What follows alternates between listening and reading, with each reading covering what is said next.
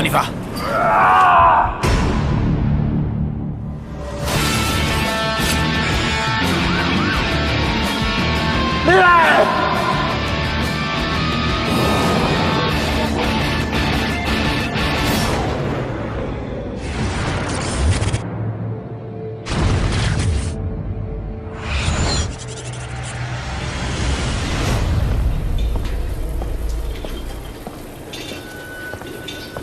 Je m'appelle Randall Reed. J'ai 9 fractures, mais je ne suis pas à l'hôpital.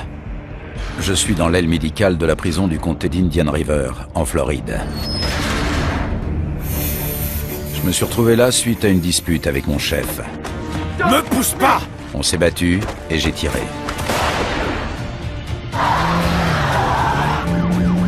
J'ai tenté d'échapper à la police, mais je me suis planté.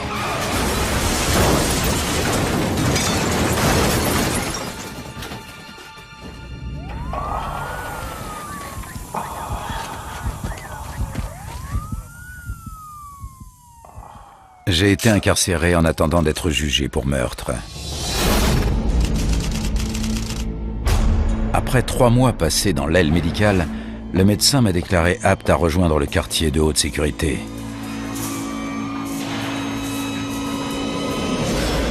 Je me suis retrouvé au milieu de violeurs, de meurtriers et de violents criminels.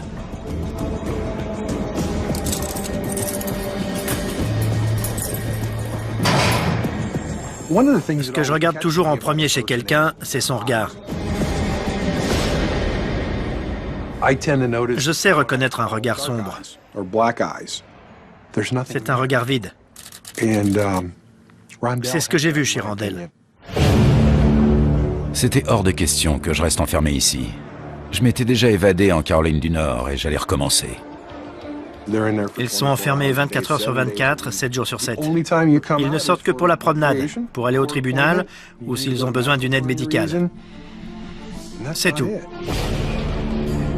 Je me suis mis à chercher les failles du système de surveillance. On nous observait en permanence. Les surveillants nous avaient à l'œil derrière les vitres sans teint. Il y avait des caméras partout et on nous comptait toutes les heures. Quand les surveillants arrivent, ils commencent par compter l'effectif de leur bâtiment. Ils vérifient toutes les unités pour s'assurer qu'aucun détenu ne manque à l'appel. Même à l'extérieur, dans la cour, les caméras couvraient toute la zone et les sentinelles ne nous quittaient pas des yeux.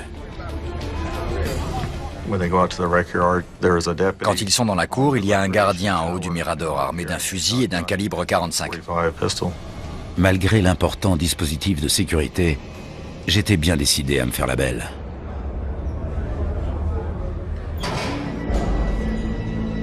J'ai demandé aux autres prisonniers s'ils connaissaient le point faible de la prison. On m'a dit qu'un type avait déjà échafaudé un plan. Il s'appelait Levi Taylor.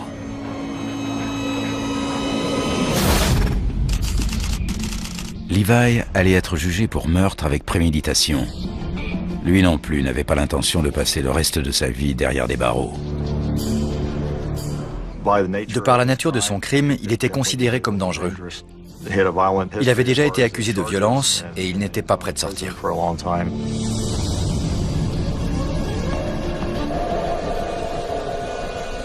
J'ai attendu le bon moment.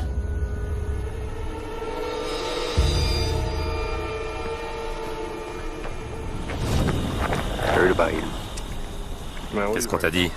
J'ai raconté à Levi que je voulais m'évader et que je savais m'y prendre.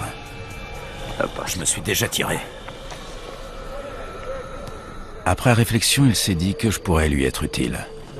À plus, mec. On a décidé de partir ensemble. J'ai été transféré dans la cellule de Levi. Les surveillants ne se doutaient de rien. On pouvait dormir où on voulait tant que l'effectif était au complet. Une fois tranquille, on a élaboré un plan. Le plus drôle, c'est que notre porte de sortie était là, sous nos yeux. Il y avait une trappe de ventilation dans notre cellule. Derrière cette trappe se trouvait la remise, dont la porte donnait sur la cour. Si on arrivait à atteindre cette porte via la ventilation, on pouvait sortir et franchir la clôture. Mais il y avait un problème. Et les barreaux? Le conduit était protégé par des barreaux en acier. Pour atteindre la remise, il fallait les scier. Heureusement, Levi avait déjà tout prévu.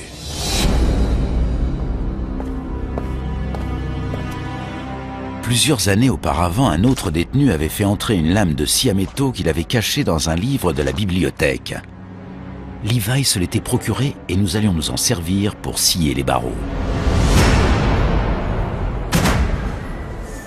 Le soir, on a attendu que le surveillant ait fini de nous compter et on s'est mis au boulot.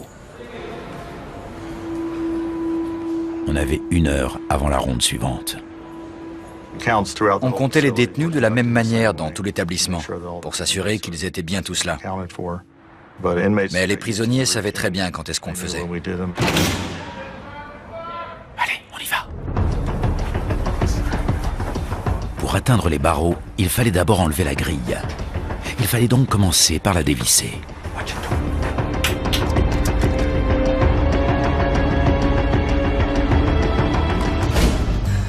T'es prêt?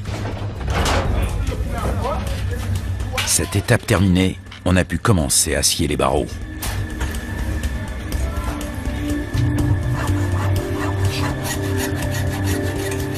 Dès que je m'y suis attelé, j'ai compris qu'on n'était pas au bout de nos peines. Les barreaux étaient en acier trempé. J'avais beau m'acharner dessus, la lame ne suffisait pas.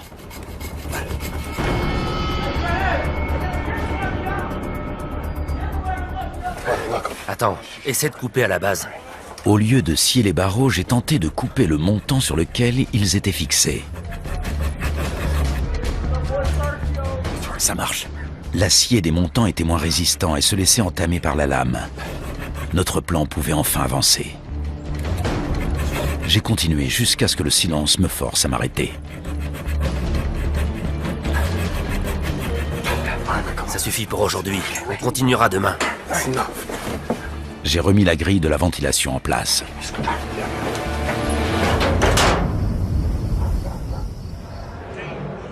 Notre plan semblait infaillible. Mais j'avais peur qu'un gardien ne s'aperçoive de notre petit manège.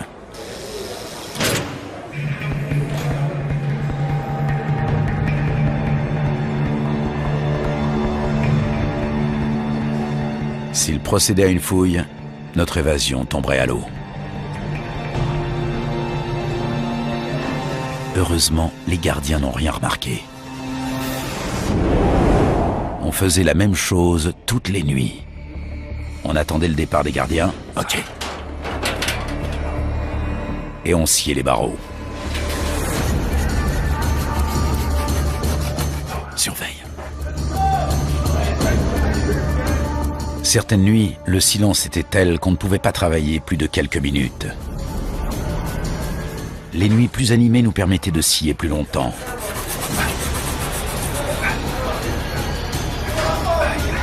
Enfin, après beaucoup d'efforts, un barreau a fini par céder.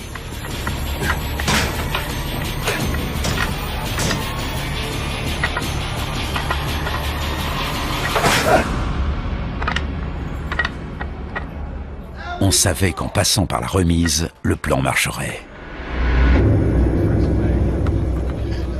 Maintenant, il fallait qu'on réfléchisse à ce qu'on ferait une fois dehors. Bon, Levi, voilà le plan. Pour atteindre la clôture, il fallait qu'on traverse la cour. On savait qu'il n'y avait personne dans les miradors la nuit, mais il y avait les caméras. C'était un risque qu'il fallait prendre. La clôture posait davantage de problèmes, on ne pouvait pas la couper. Il fallait qu'on franchisse le fil de fer barbelé.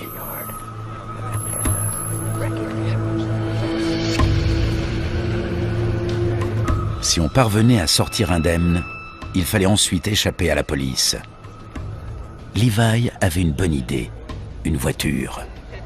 Il connaissait quelqu'un prêt à nous attendre. Sa petite amie, Sadie Walker. Dans le quartier de haute sécurité, les détenus ont droit à 2 heures de visite par semaine. Ça va, ma chérie? Super. Et toi? Les visites se passent dans l'enceinte de la prison et se font par vidéo interposée. Ils n'ont pas besoin de quitter l'établissement. Il est classe, ton tatouage. Fais voir.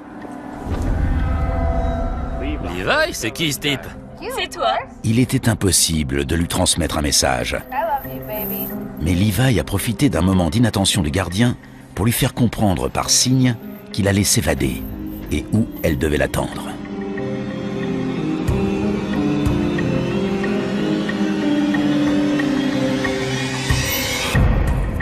Faut que j'y aille. Je t'aime.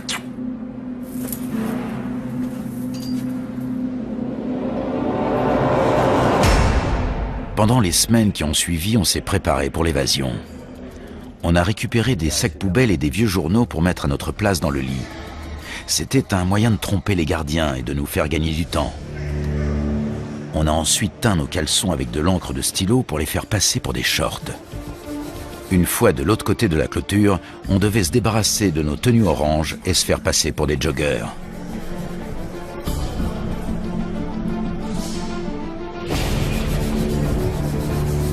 À force de s'acharner, on a fini par scier tous les barreaux.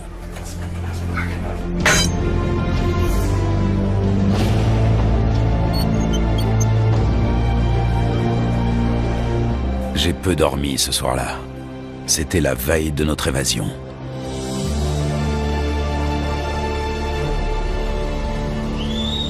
La nuit suivante, on a attendu la dernière ronde et l'extinction des feux.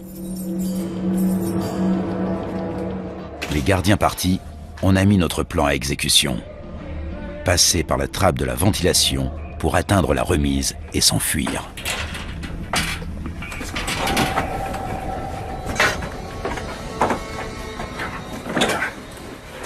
Allez, on se tire.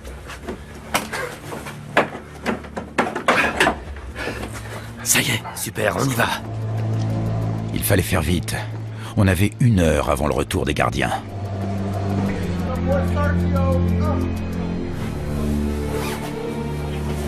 J'ai passé la tête dans le trou et j'ai grimpé. Mais une fois à l'intérieur, j'ai réalisé qu'il y avait un gros problème.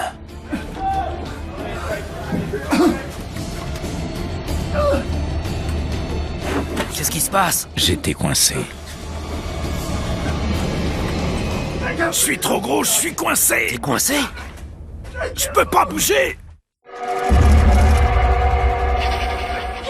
Aide-moi, je peux pas bouger. Je peux pas respirer.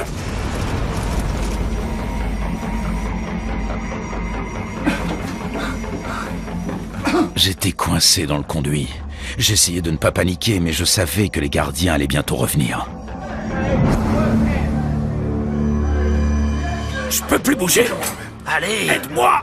fais un effort. Mais Levi m'a tiré. Sors-moi de là.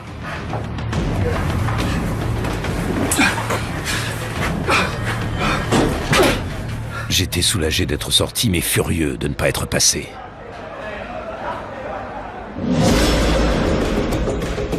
On ne pouvait pas abandonner pour autant. Il fallait qu'on sache ce qui se trouvait de l'autre côté. Levi a tenté le coup. Avec 20 kilos de moins, il avait une chance de passer.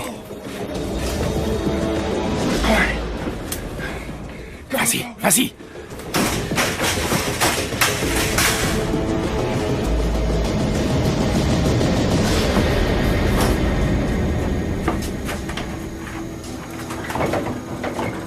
Levi!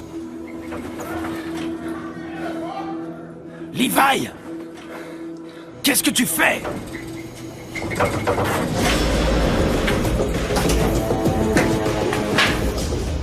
Qu'est-ce que tu fais? La porte était verrouillée. C'était la douche froide.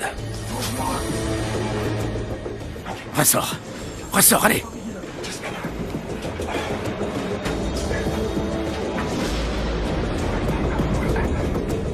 Il fallait qu'on ouvre la porte de la remise, c'était notre seule issue.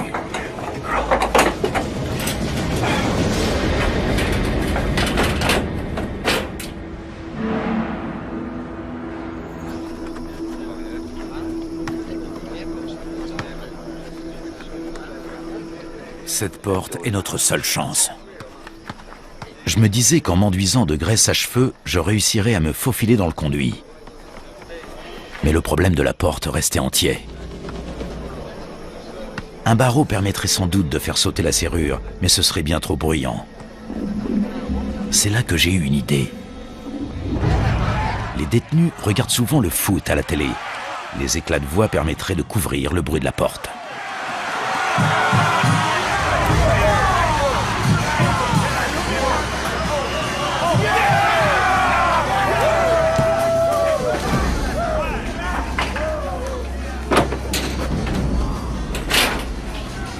C'était risqué d'agir en présence de nos co-détenus, mais on n'avait pas le choix.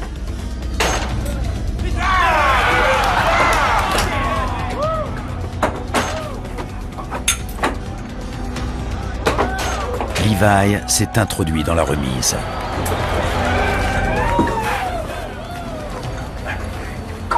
Je lui ai passé un des barreaux pour faire sauter la serrure.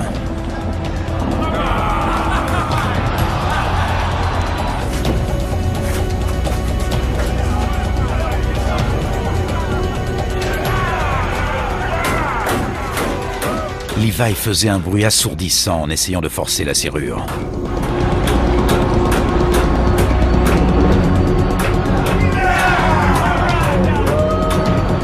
Tu fais trop de bruit. Mais il devait continuer.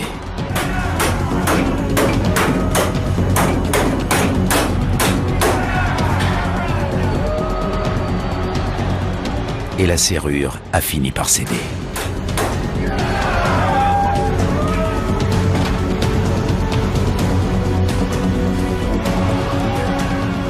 Si j'arrivais à me faufiler dans ce conduit, j'avais une chance de retrouver ma liberté.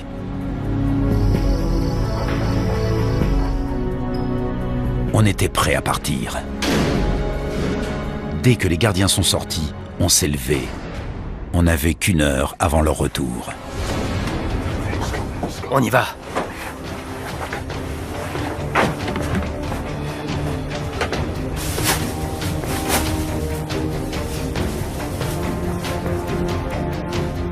On a rempli nos sacs de journaux pour faire croire qu'on était sous les draps.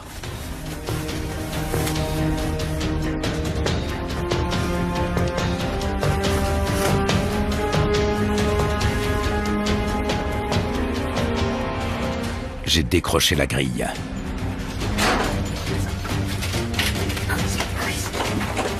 Ensuite, on a enlevé les barreaux.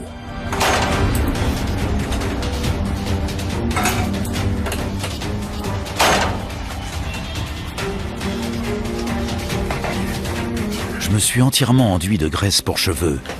Je priais pour que ça fonctionne.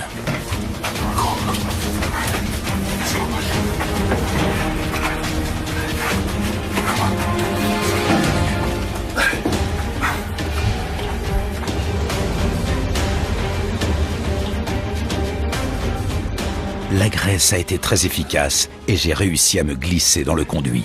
Tiens, prends ça. Donne.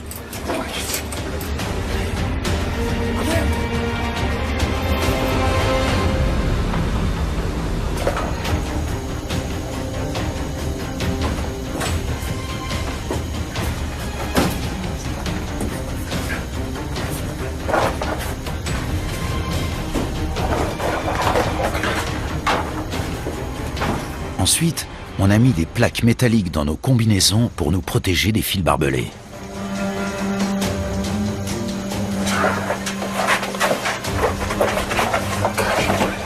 Serre bien. C'est bon? On y va. Attends.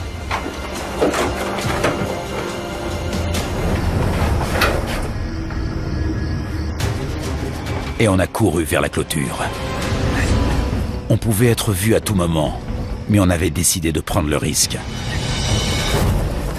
Je passe devant. Une fois devant la clôture, on a grimpé.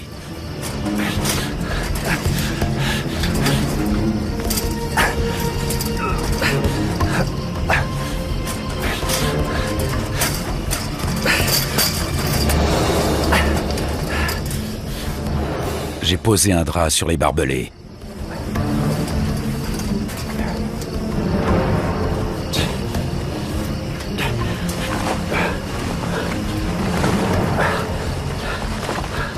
Ce fil de fer risquait de nous lacérer, mais il fallait qu'on le franchisse.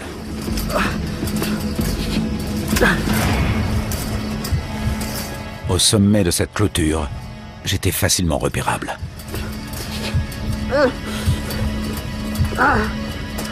Plus question de faire demi-tour.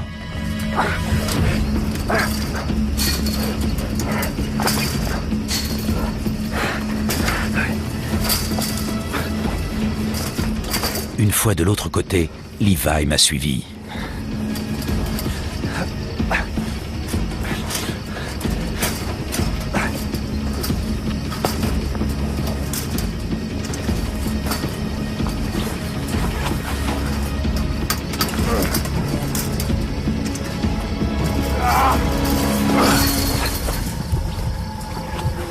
De l'autre côté de la clôture, on a levé les yeux.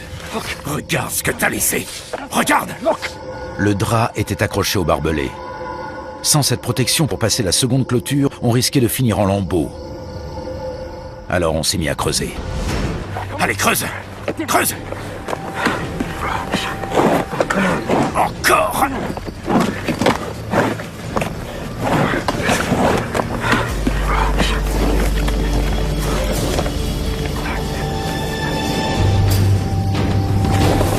Heureusement, la terre était meuble.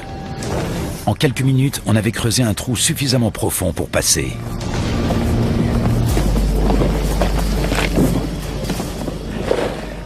Continue. Allez, on y va. Viens, viens. Vas-y, traîne pas. Allez, allez.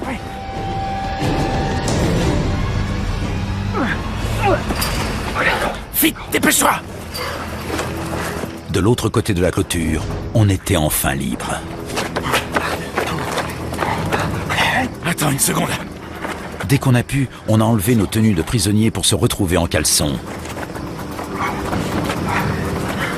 Allez, grouille. Faut se manier. On est parti vers le nord, en espérant retrouver Sadie. Vas-y, fonce.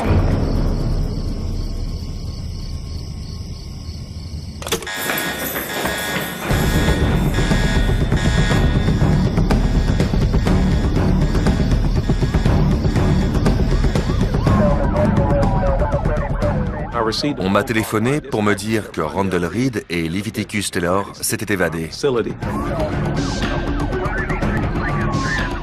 Je me posais des milliers de questions. Comment ont-ils réussi à sortir? Où sont-ils partis? Qui doit les aider? On a déclaré à toutes les forces de police des environs que 2 détenus très dangereux s'étaient évadés de notre établissement.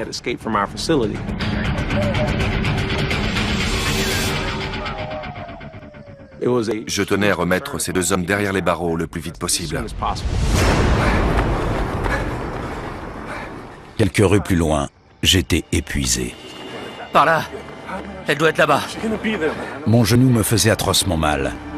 Je n'avais pas couru depuis mon accident de voiture et j'avais besoin de faire une pause. J'ai vu un banc et je me suis assis pour reprendre mon souffle. T'arrêtes pas, mec. Attends-moi une seconde. Attends, il faut que je souffle. Attends-moi, s'il te plaît.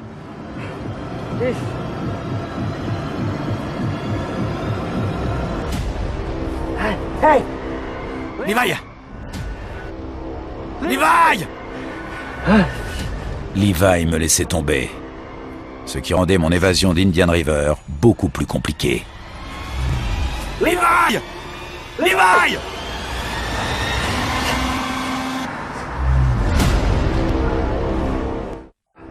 Levi!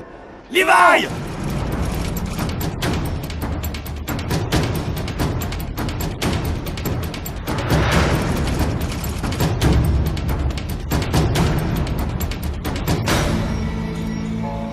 Levi m'avait abandonné.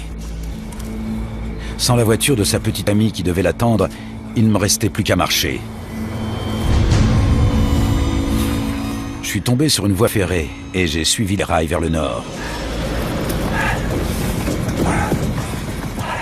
Ma douleur au genou était insupportable. Je trébuchais à chaque pas. Mais je ne pensais qu'à une chose. Avancer. Je savais que toute la police du comté était à mes trousses.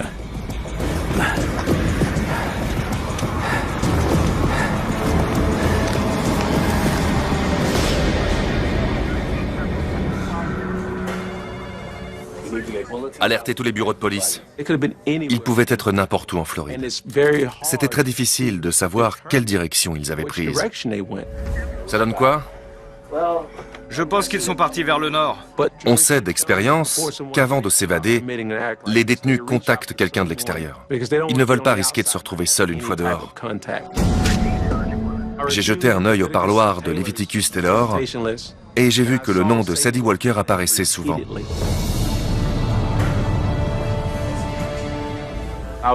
Je voulais suivre toutes les pistes possibles.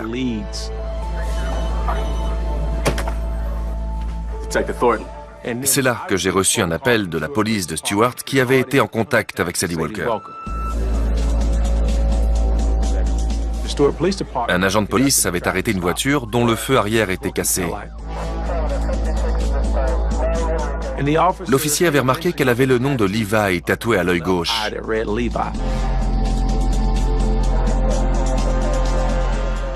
Elle était en compagnie d'un homme inconnu. Il y avait une chance pour que ce soit Leviticus Taylor. Tout concordait. À partir de ces éléments, j'ai décidé de la retrouver et de la faire venir pour l'interroger.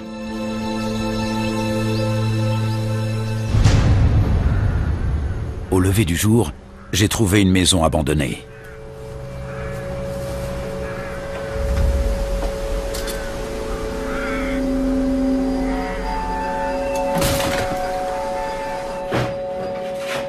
C'était la planque idéale.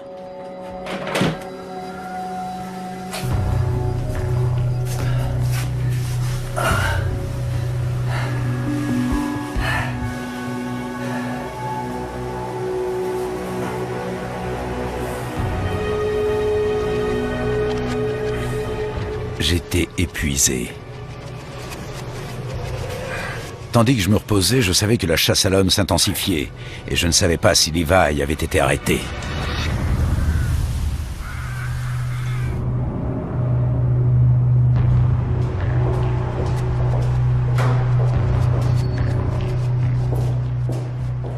L'officier est arrivé au bureau du shérif avec Sadie. J'ai commencé mon interrogatoire tout en douceur.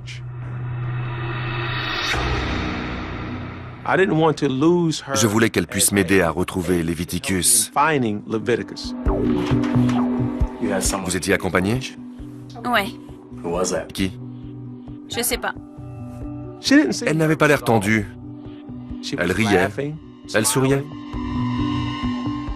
Quand je lui ai demandé qui était le passager, c'était un homme, une femme, elle n'a rien lâché. Vous ne savez pas? Non. Je n'avais aucun élément pour la garder.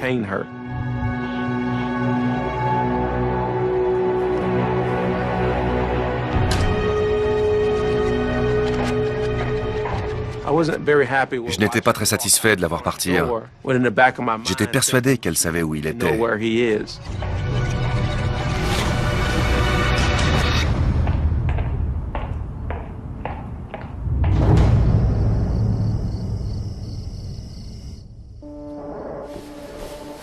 Dans cette maison, j'ai fait d'horribles cauchemars.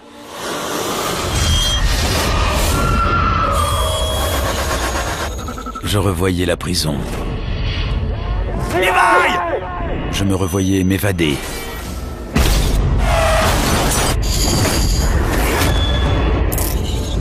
Tirer sur mon ancien patron. Ne bouge pas! Il fallait que je quitte cette maison, que je change de planque.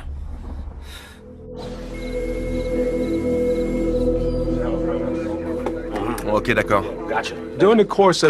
Au cours de l'enquête, j'ai vu un message étonnant sur la page Facebook de Sadie Walker.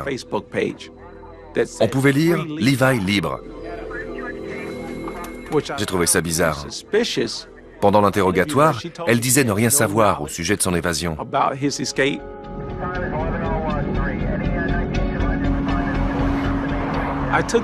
Pour moi, c'était sa façon de fêter sa liberté.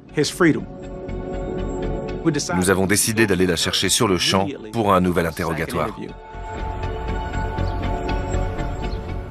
Quand je me suis garé devant chez elle, elle était sur le point de prendre sa voiture, un sac à la main.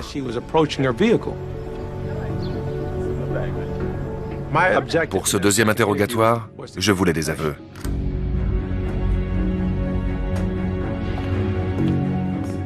Je n'avais plus qu'une seule idée en tête. Trouver Leviticus Taylor et faire parler Sadie. Qu'est-ce qu'elle faisait avec ce sac? Où allait-elle? Où vouliez-vous aller? J'ai commencé à devenir insistant. Où alliez-vous? Loin d'ici. Je me suis rapproché d'elle. Je sentais qu'en lui mettant la pression, elle allait craquer. C'est pas ce que je veux entendre. Elle a commencé à lâcher des bribes d'informations.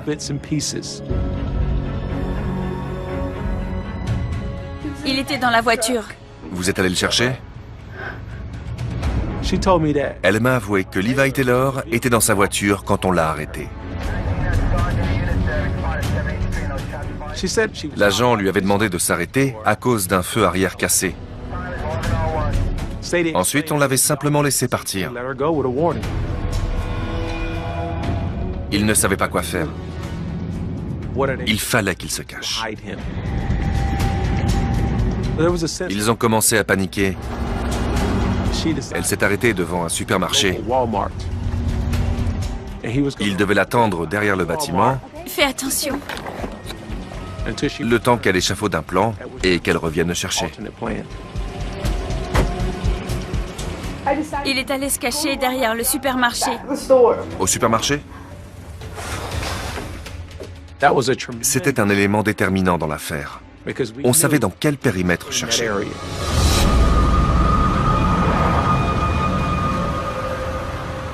On est tout de suite parti au supermarché.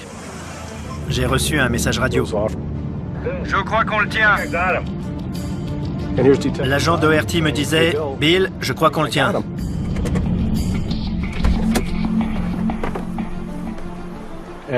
Il était bien là, sur le bord de la route. Votre nom? C'est moi, Levi Taylor. J'étais trop content.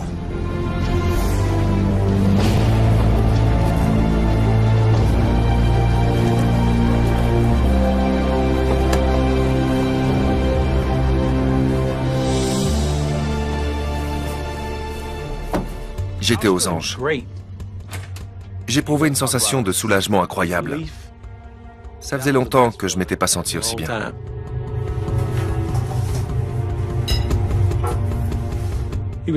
On l'a amené au bureau du shérif et on l'a placé dans une salle pour que je puisse l'interroger au sujet de son évasion et de celle de Randall Reed.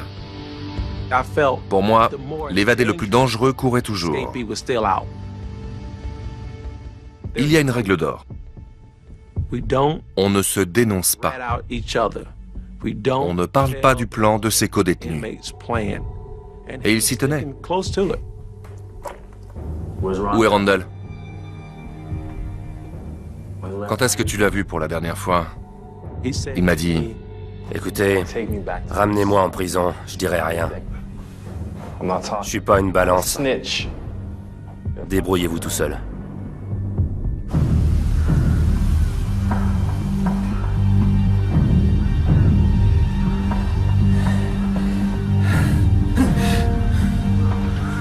C'était déjà l'après-midi quand je me suis réveillé. Je m'en voulais d'être encore si près de la prison. Tous les muscles de mon corps me faisaient souffrir, mais il fallait que j'y aille.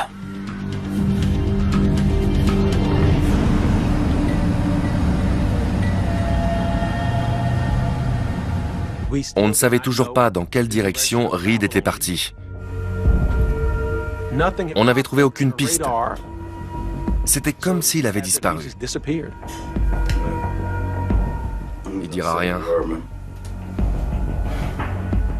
Je vais essayer autre chose.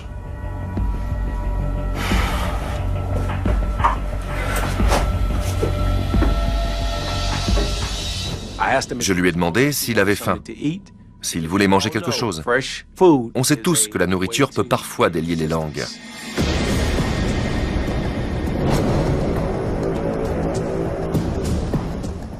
Pendant qu'il mangeait, je continuais à lui demander s'il savait dans quelle direction Randall Reed était parti.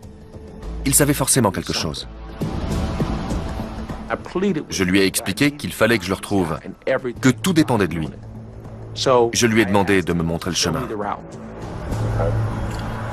Si on allait voir tout de suite. Maintenant? Ouais. Vous êtes prêts? Prenez vos affaires avec vous. Et il a accepté, étonnamment.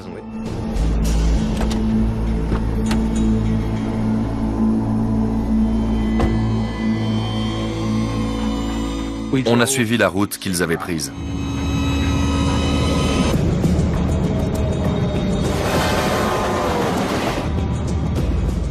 Levi Taylor m'a expliqué que Randall Reed avait dû se reposer sur un banc.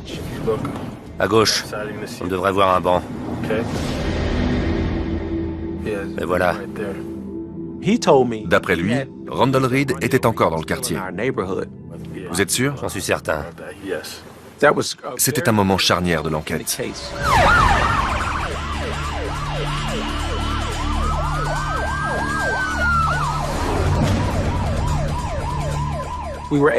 On a pu cibler la traque de Randall Reed. Levi nous a indiqué où chercher. Il nous a mis sur une très bonne piste. Randall se trouvait dans cette zone. Et c'est là qu'on a concentré nos recherches.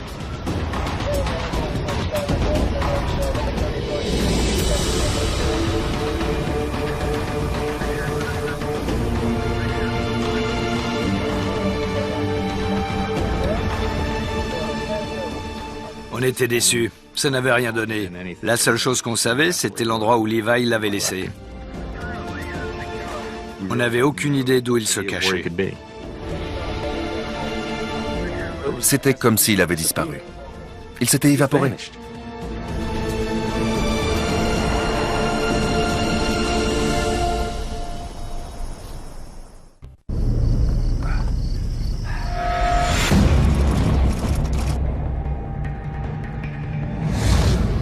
Il fallait que je quitte le comté d'Indian River. Plus je restais là, plus j'avais de chances de me faire attraper. J'ai marché près de 18 km jusqu'à la ville de Sebastian. Je marchais discrètement dans les rues sombres quand je me suis retrouvé devant un garage. Je savais qu'une de ces voitures pourrait me permettre de quitter la Floride.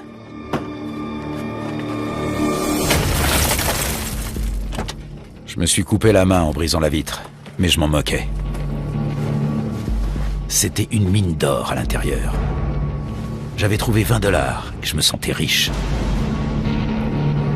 J'ai enfilé un pantalon qui traînait et tenté de démarrer le véhicule. Sans succès. Du coup, je suis parti.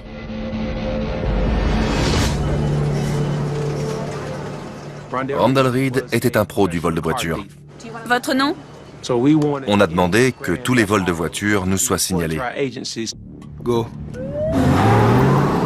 Le lendemain, on nous a signalé une double tentative de vol de voiture dans un garage.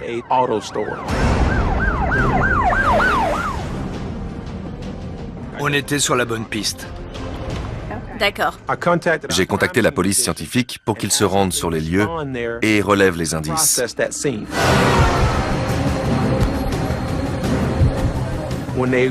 À leur arrivée, un des agents a remarqué des traces de sang sur le volant. Vous avez quelque chose? Oui, on a du sang. Envoyez-le rapidement au labo. L'analyse ADN du sang a confirmé que Randall Reed avait essayé de voler ces voitures. C'était une indication déterminante. On savait qu'il était dans les parages et qu'il cherchait une voiture. J'ai suivi la voie ferrée jusqu'à ce que je trouve une autre maison abandonnée. J'étais caché à l'intérieur en attendant la nuit, quand soudain une opportunité s'est présentée. Un homme venait de sortir de sa voiture en laissant les clés sur le contact.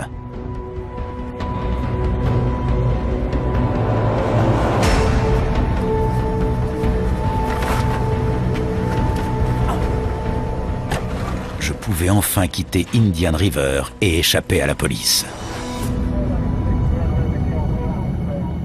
Une heure plus tard, on nous a signalé un vol de voiture non loin du garage où les autres tentatives avaient eu lieu. C'était une bonne nouvelle. On était sûr que c'était lui. J'avais prévu qu'il agirait comme ça. On était à deux doigts de le serrer. Je savais que c'était Randall. C'était une bonne et une mauvaise nouvelle. Certes, il avait refait surface, mais maintenant, il était motorisé. Au volant de ma voiture volée, j'ai pris la direction du nord. Je voulais quitter la Floride le plus vite possible. Il fallait que je le retrouve. J'en faisais une affaire personnelle. On avait enfin retrouvé sa trace, mais il risquait de faire beaucoup de mal autour de lui en voulant fuir les forces de l'ordre. Dans ce genre de situation, ces gars n'ont plus rien à perdre. J'ai roulé pendant des heures, mais à hauteur de Knoxville, le niveau dans le réservoir commençait à baisser. Je me suis dirigé vers le centre. Il fallait que je change de voiture ou que je trouve du fric. Par chance, j'ai trouvé une proie facile, une femme seule.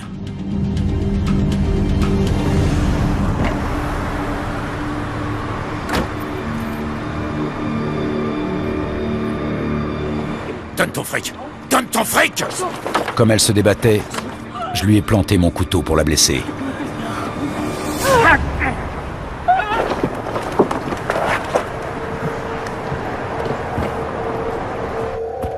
J'avais récupéré 150 $.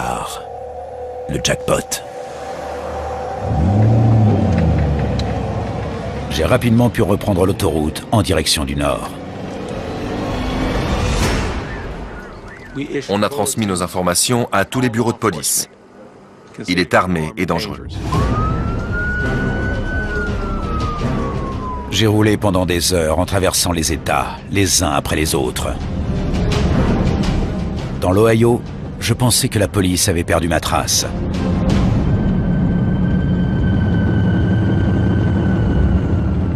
Mais les flics me suivaient. J'ai essayé de les semer.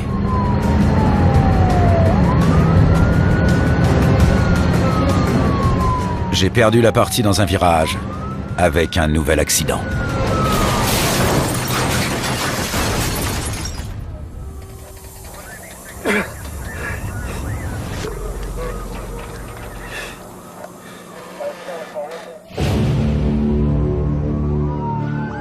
Après mon séjour à l'hôpital, on m'a renvoyé en Floride. À l'isolement. J'étais très satisfait.